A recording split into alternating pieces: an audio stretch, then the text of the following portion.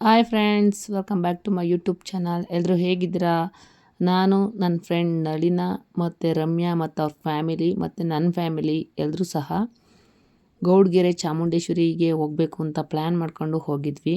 ತುಂಬಾ ಚೆನ್ನಾಗಿತ್ತು. ಗೌಡ್ಗೆರೆಯಲ್ಲಿ one day trip ಅಂತ ಹೇಳಿ ಹೋಗಿ ಬರಬಹುದು.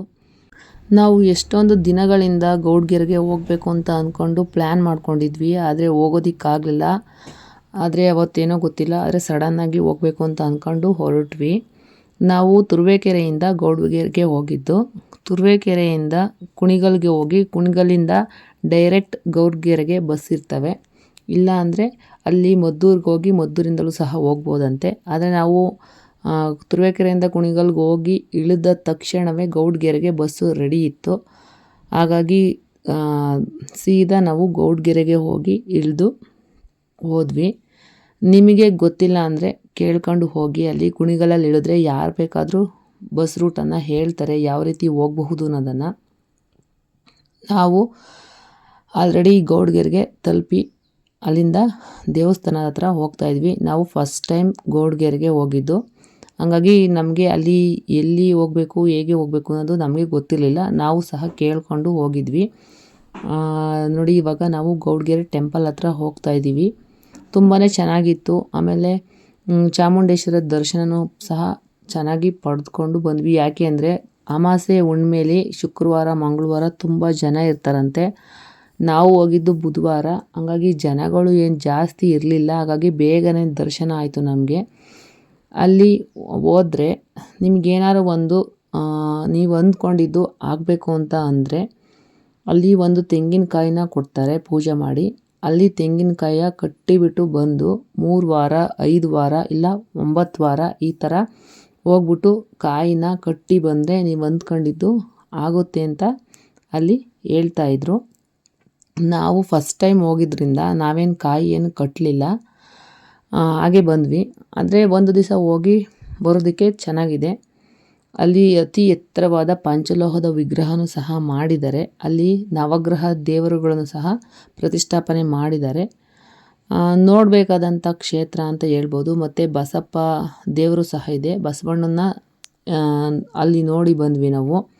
ಈ ಕ್ಷೇತ್ರದ ಬಗ್ಗೆ ಹೇಳಬೇಕು ಅಂತ ಅಂದರೆ, ನಾನು ಕೇಳಿದ್ದ ಪ್ರಕಾರ ಅಲ್ಲಿ ಮಲ್ಲೇಶ್ ಎಂಬ ಸಣ್ಣ ಹುಡುಗ ಅವರ ಜಮೀನಿನಲ್ಲಿ ಆಟ ಆಡಬೇಕಾದ್ರೆ ಅಲ್ಲಿ ಒಂದು ಪಂಚಲೋಹದ ಸಣ್ಣ ಚಾಮುಂಡೇಶ್ವರಿಯ ವಿಗ್ರಹ ಸಿಕ್ತಂತೆ. ಆ ವಿಗ್ರಹ ಸಿಕ್ಕಿದ ನಂತರ ಆ ಹುಡುಗನ ಆರೋಗ್ಯದಲ್ಲಿ ಸ್ವಲ್ಪ ಏರುಪೇರು ಆಗಿರುತ್ತಂತೆ. ಅವರು ಹೋಗಿ ಆಸ್ಪತ್ರೆಗೆಲ್ಲ ತೋರಿಸಿದ್ರೂ ಸಹ ಹುಡುಗನ ಆರೋಗ್ಯದಲ್ಲಿ ಯಾವುದೇ ರೀತಿ ಸಮಸ್ಯೆ ಇರೋದಿಲ್ಲ. ಆ ನಂತರ ಹೋಗಿ ಏನು ಈ ಥರ ಆಯ್ತಲ್ಲ ಅಂತೇಳಿ ಎಲ್ಲೋ ಶಾಸ್ತ್ರ ಕೇಳಿದಾಗ ಇದು ಚಾಮುಂಡೇಶ್ವರಿಯ ಆಜ್ಞೆ ಅವ್ರಿಗೆ ಆಗಿದೆ, ಅಂದರೆ ಅನುಗ್ರಹ ಆಗಿದೆ ಅಂತ ಹೇಳ್ತಾರಂತೆ. ಆಮೇಲೆ ಆ ಹುಡುಗ ಅಲ್ಲಿ ಯಾವುದೇ ರೀತಿ ಕೆಟ್ಟದು ಮಾಟ ಮಂತ್ರ ಇಲ್ಲ ಕೆಟ್ಟದಾಗಿದೆ ಅಂತ ಏನಾದರೂ ಅವ್ರನ್ನ ಕೇಳೋಕ್ಕೆ ಹೋದರೆ ಅವ್ರು ಹೇಳಿದ್ದೆಲ್ಲ ನೀಟಾಗಿ ನಡೆಯುತ್ತಂತೆ. ಅಂದರೆ ನಮಗೇನೋ ಒಂದು ತೊಂದರೆ ಆಗಿದೆ ಅಂತ ಏನಾರ ಪರಿಹಾರ ಬೇಕು ಅಂತ ಹೋಗ್ಬಿಟ್ಟು ಅವ್ರನ್ನ ಕೇಳಿದ್ರೆ ಅದಕ್ಕೆ ಅವ್ರ ಹತ್ರ ಪರಿಹಾರ ಸಿಕ್ತಿತ್ತಂತೆ. ಹಾಗಾಗಿ ಅದು ನಂತರ ಜನಗಳು ಒಬ್ಬರಿಂದ ಒಬ್ಬರು ತುಂಬಾ ಜಾಸ್ತಿಯಾಗಿ ಈ ಕ್ಷೇತ್ರ ಪ್ರಸಿದ್ಧಿಯಾಗಿರೋದು ಅಂತ ನಾನು ಕೇಳ್ಪಟ್ಟೆ. ಈಗಲೂ ಸಹ ಅಲ್ಲಿಗೆ ಹೋಗಿ ಬಂದರೆ ನಮ್ಮಲ್ಲಿರೋಂಥ ದುಷ್ಟಶಕ್ತಿಗಳು ನಿವಾರಣೆ ಆಗುತ್ತೆ ಅಂತ ಹೇಳ್ತಾಯಿದ್ರು.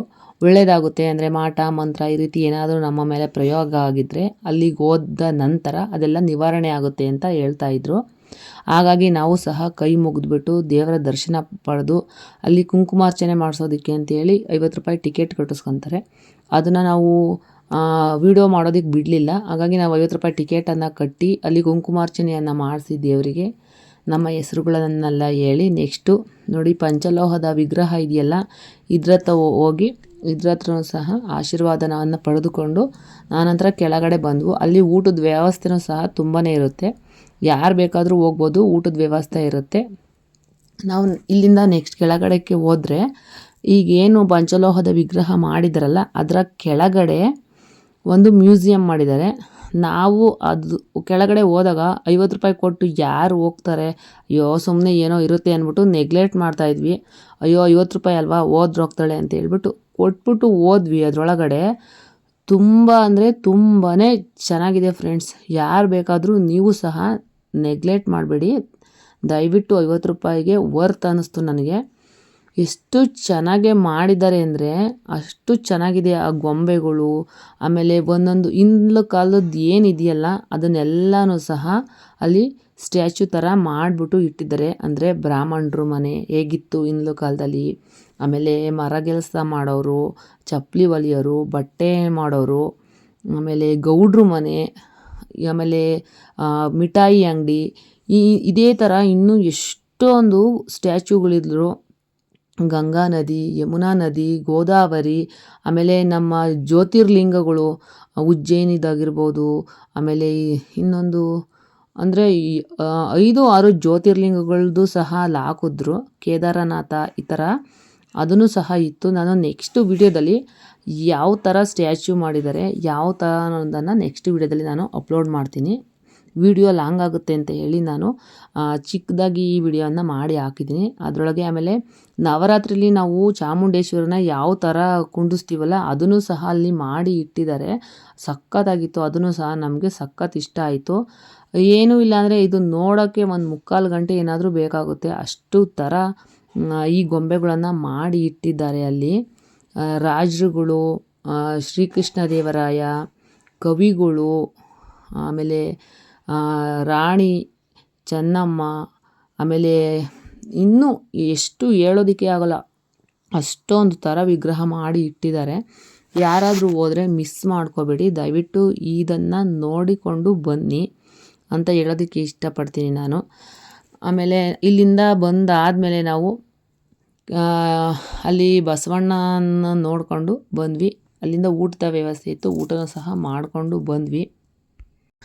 ಆದಷ್ಟು ಮಕ್ಕಳನ್ನು ಕರ್ಕೊಂಡೋಗಿ ಈ ಪ್ಲೇಸ್ಗೆ, ತುಂಬಾ ಚೆನ್ನಾಗಿರುತ್ತೆ. ಮಕ್ಕಳಿಗೆ ಮೇನ್ ಇಂಪಾರ್ಟೆಂಟು ಇದ್ರ ಬಗ್ಗೆ ಗೊತ್ತಿರಬೇಕು.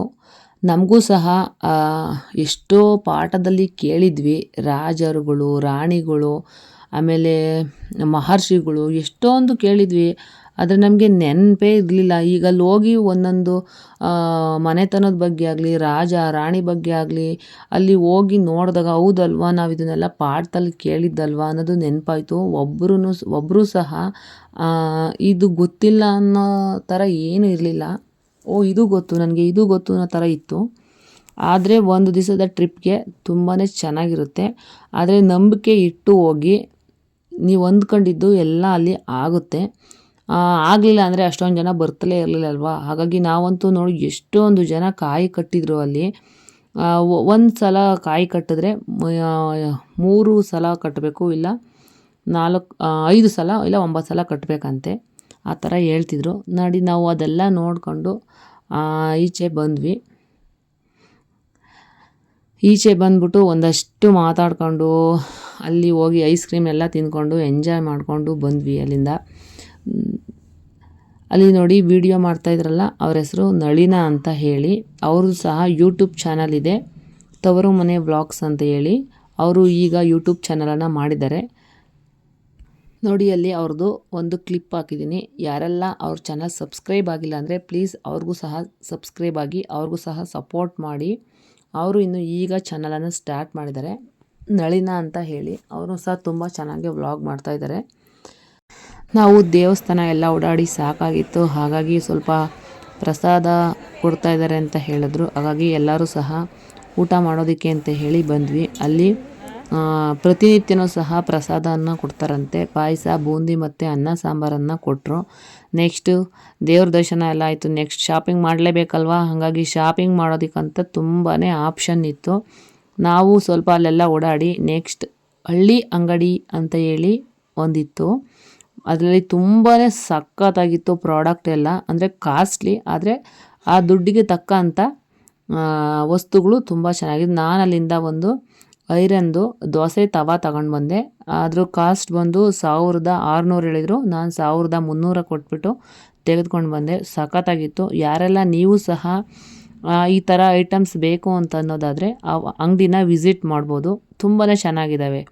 ಮನೆ ದಿನ ಬಳಕೆ ವಸ್ತುಗಳು ಮತ್ತು ಶೋಗಿಕ್ಬೇಕು ಅಂತಂದರೆ ಹೊಸ ಮನೆ ಕಟ್ಟಿರೋರು ಆ ಮನೆಗಂತೂ ಇನ್ನೂ ಡೆಕೋರೇಟಿವ್ ಆಗಿ ಇಟ್ಕೋಬಹುದು, ಅಷ್ಟು ಚೆನ್ನಾಗಿದ್ದು. ಮತ್ತು ಆಟ ಆಡೋದಕ್ಕಂತೂ ಸಣ್ಣ ಮಕ್ಕಳಿಗೆ ಗೊಂಬೆಗಳಂತೂ ಚನ್ನಪಟ್ಟಣದವು ಒಂದಕ್ಕಿಂತ ಒಂದು ಸಖತ್ತಾಗಿತ್ತು.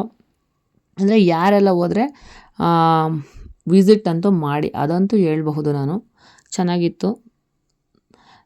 ಯಾವ್ಯಾವ ಥರ ಐಟಮ್ ಇತ್ತು ಅನ್ನೋದನ್ನು ತೋರಿಸ್ತಾ ಇದ್ದೀನಿ ನೋಡಿ.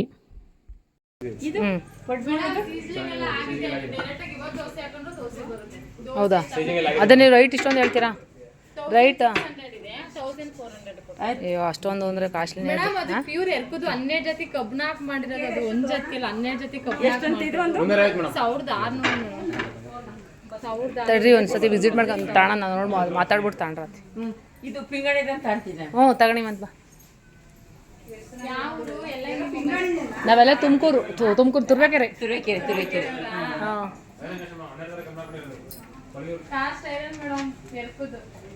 ಇದು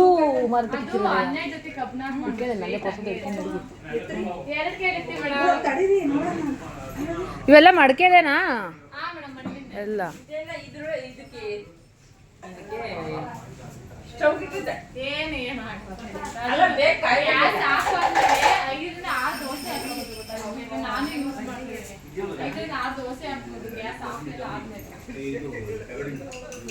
ಇವೆಲ್ಲ ಹಾಂ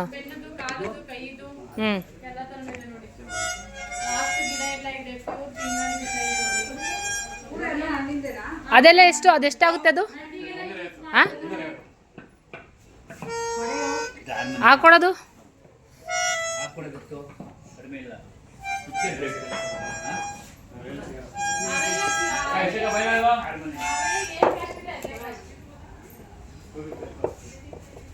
ಹೊಸ್ಮನೆ ಕಟ್ಟಿರೋರು, ಹೊಸ್ಮನೆ ಕಟ್ತಾ ಇರೋರು ದಯವಿಟ್ಟು ಬಂದು ವಸ್ತುಗಳ ತಗೊಂಡೋಗಿ.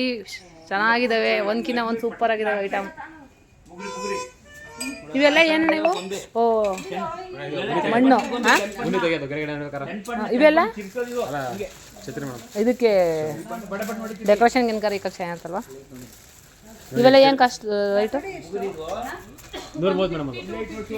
ಅವು 150 250ನಾ? ಚನ್ನಪಟ್ಟಣದವಲ್ವ ಇವೆಲ್ಲ?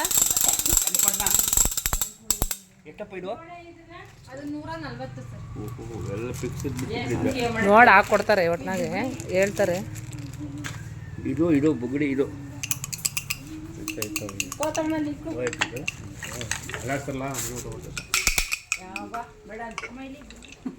ಅದೇ ನೋಡಕ್ಕೆ ದುಡ್ಡು ಕಾಸು ಕೊಡಂಗಿಲ್ಲ, ಸುಮ್ಮನಿರತ್ತೆ.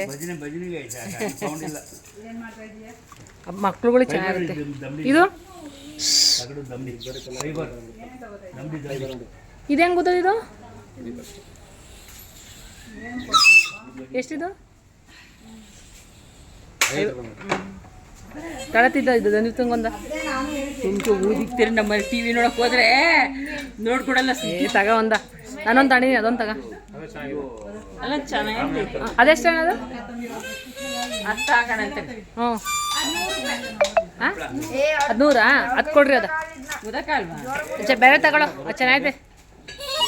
ಹ್ಞೂ ತಗೊಳತ್ತೆ ಆ ಥರದ್ದು. ಅದೇ ನಾನು ಹುಡುಕ್ತಿದ್ದು ಅದೇ ಥರದ್ದಲ್ಲಿ.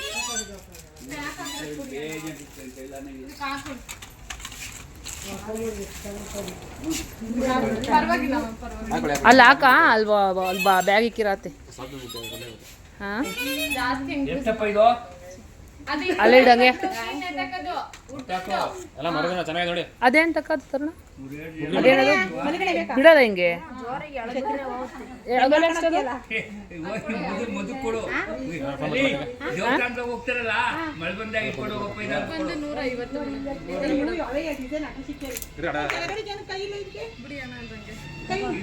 ಬೇರೆ ಕೊಡ್ತೀವಿ, ನೋಡಕ್ ಅಷ್ಟೇ. ಅದು 130. ಅದು 100 150 ಅಂತೆ. ತಗ ತಗ.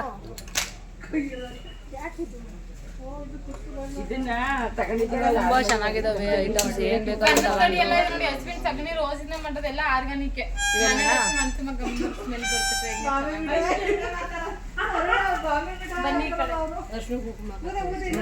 ಚೆನ್ನಾಗವೆ. ಜೇನುತುಪ್ಪ ಇಲ್ಲ.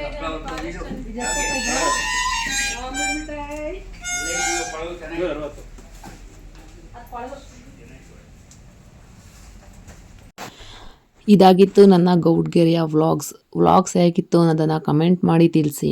ಯಾರೆಲ್ಲ ನನ್ನ ಚಾನಲ್ಗೆ ಸಬ್ಸ್ಕ್ರೈಬ್ ಆಗಿಲ್ಲ ಅಂದರೆ ಪ್ಲೀಸ್ ಸಬ್ಸ್ಕ್ರೈಬ್ ಆಗಿ ನಮಗೂ ಸಹ ಸಪೋರ್ಟ್ ಕೊಡಿ. ಇಲ್ಲಿಂದ ನಾವು ಐಸ್ ಕ್ರೀಮ್ನ ತಿಂದ್ಕೊಂಡು ಒಂದು ಸ್ವಲ್ಪ ಹೊತ್ತು ಬಸ್ ಬರೋದು ಲೇಟ್ ಆಯಿತು. ಜಿಡಿ ಮಳೆ ಬರ್ತಾಯಿತ್ತು. ಎಲ್ಲ ತಿಂದ್ಕೊಂಡು ಎಲ್ಲ ನೆಕ್ಸ್ಟ್ ಬಸ್ ಬಂತು. ಆಮೇಲೆ ನೆಕ್ಸ್ಟ್ ಹೊರಟು ಊರ ಕಡೆ ಬಂದ್ವಿ. ಇನ್ನು ನೆಕ್ಸ್ಟ್ ನಮ್ಮ ವಿಡಿಯೋ ಆ ಹಳ್ಳಿ ಅಂಗಡಿಯಲ್ಲಿ ಏನೇನಿತ್ತು ಮತ್ತು ಆ ಮ್ಯೂಸಿಯಮಲ್ಲಿ ಯಾವ್ಯಾವ ಥರ ಗೊಂಬೆ ಇತ್ತು ಅನ್ನೋದನ್ನು ನಾನು ನೆಕ್ಸ್ಟ್ ವಿಡಿಯೋದಲ್ಲಿ ತೋರಿಸ್ತೀನಿ. ಥ್ಯಾಂಕ್ ಯು ಸೋ ಮಚ್ ನನ್ನ ಈ ವಿಡಿಯೋ ನೋಡಿದ್ದಕ್ಕೆ. ಹೀಗೆ ನಮಗೂ ಸಹ ಸಪೋರ್ಟ್ ಮಾಡಿ.